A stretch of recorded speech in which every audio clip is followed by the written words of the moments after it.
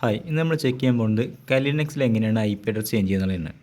അതിനായി terminal open ചെയ്യുക. ആദ്യം ഐ പി അഡ്രസ് ചെക്ക് ചെയ്ത് നോക്കണം. അതിനായി ഇഫ് കോൺഫിഗ് എന്ന കമാൻഡ് കൊടുത്ത ശേഷം എൻ്റർ അടിക്കുക.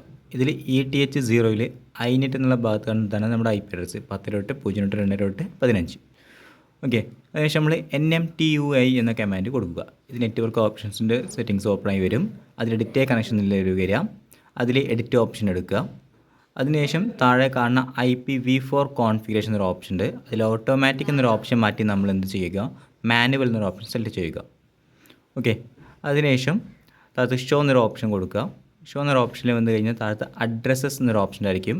അതിൽ പോയിട്ട് നമുക്ക് വേണ്ട IP അഡ്രസ്സ് ടൈപ്പ് ചെയ്ത് കൊടുക്കുക. ഞാൻ C ക്ലാസ് ഒരു IP അഡ്രസ്സാണ് ഇവിടെ ടൈപ്പ് ചെയ്ത് കൊടുക്കുന്നത്. ഓക്കെ, അതിനുശേഷം താഴത്തുള്ള ഗേറ്റ്വേ എന്നൊരു ഓപ്ഷൻ നമുക്ക് മോഡത്തിൻ്റെ IP കൊടുക്കേണ്ടത്. ഇപ്പോൾ തൽക്കാലം നമുക്ക് നമ്മുടെ സിസ്റ്റത്തിൻ്റെ IP തന്നെ കൊടുക്കാം. ഓക്കെ, അവിടെയും സെയിം IP അഡ്രസ്സിനെ ടൈപ്പ് ചെയ്ത് കൊടുത്തു.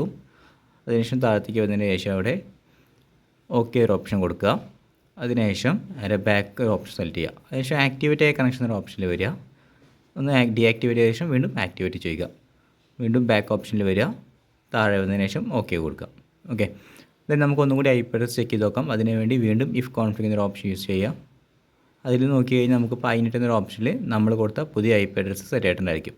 ഇങ്ങനെയാണ് ലിനക്സ് മെഷീനുകളിൽ IP അഡ്രസ്സ് ചേഞ്ച് ചെയ്യുന്നത്. Thank you.